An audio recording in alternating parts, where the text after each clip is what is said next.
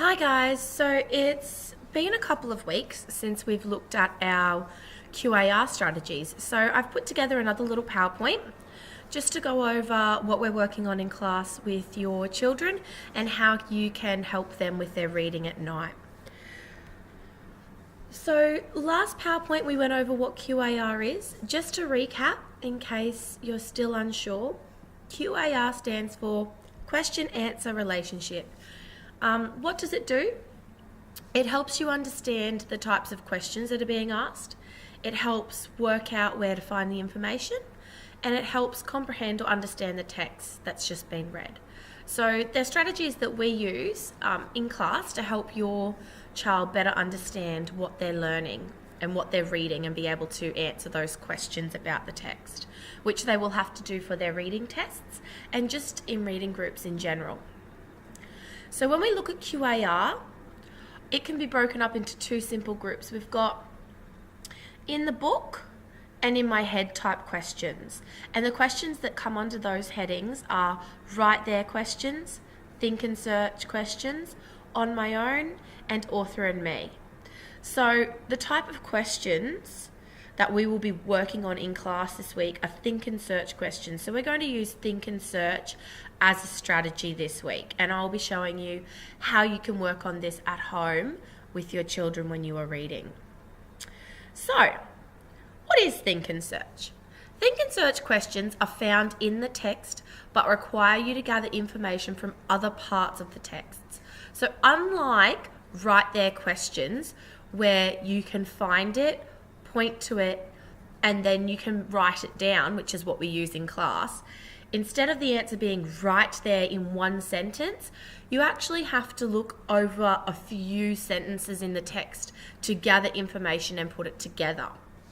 So the answer in the text is there, but it may not use the same language that's in the question, and you may have to look in different places to find it.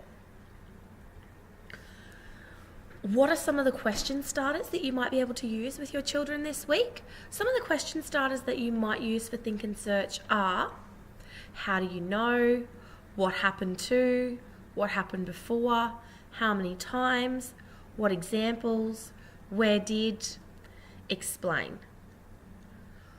So you need to check, can you find the pieces of the answer in more than one spot in the text? And do you have to put it together? If you do, then it's a think and search question. Sometimes people get confused with think and search and right there, but remember, think and search, you have to look through a number of different sentences. You have to think about it and you have to search for the answer.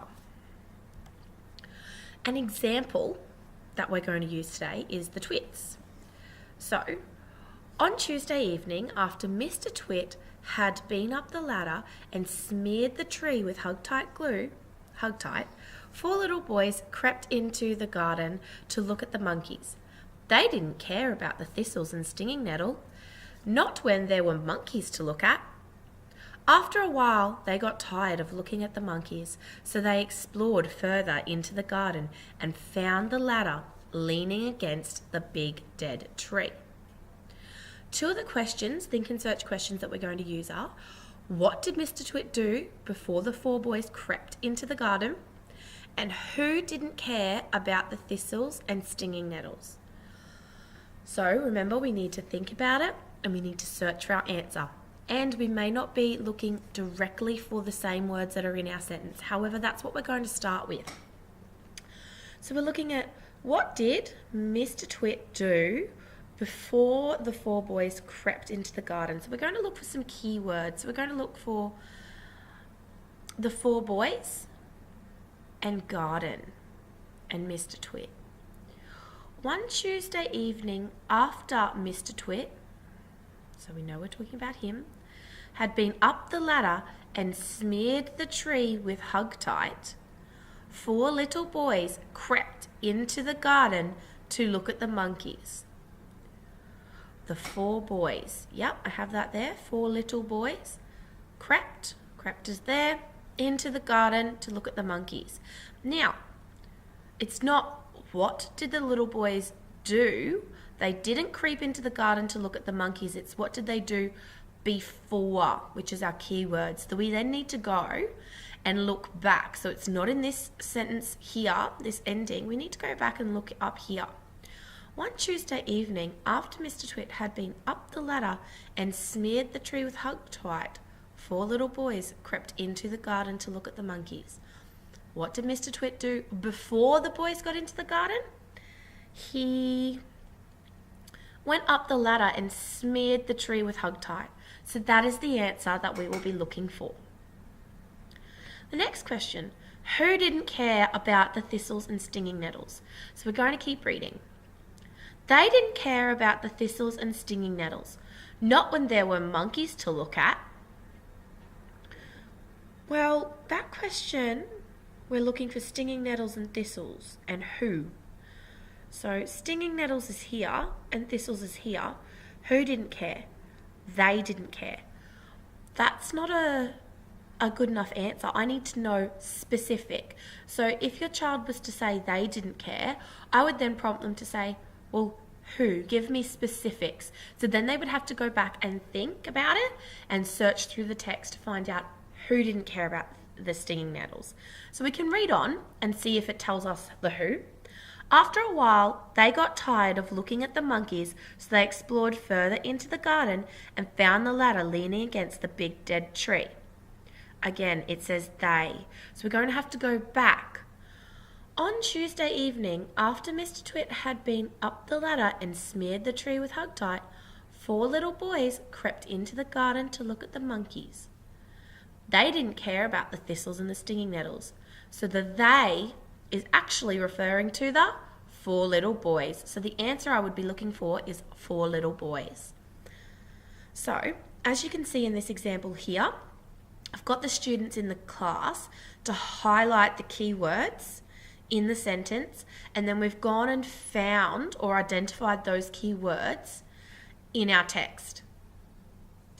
And when we've identified them, we've gone back and we've searched for our answer, and I've bolded the answer there for you. Same as with this one down here in the blue. It is, who didn't care about the thistles and stinging nettles? So we've highlighted the who didn't care, thistles and stinging nettles. So I've highlighted they didn't care, thistles and stinging nettles.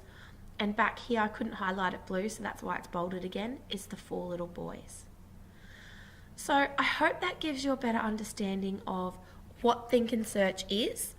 And I would really love it if you could work on Think and Search questions with your child at home this week when you're listening to them read. Just ask them a couple of questions that are Think and Search. And remember to say to them that it's not a right there question. They have to think about it and they have to search in different sentences to find the answer. Happy reading. Have a good week.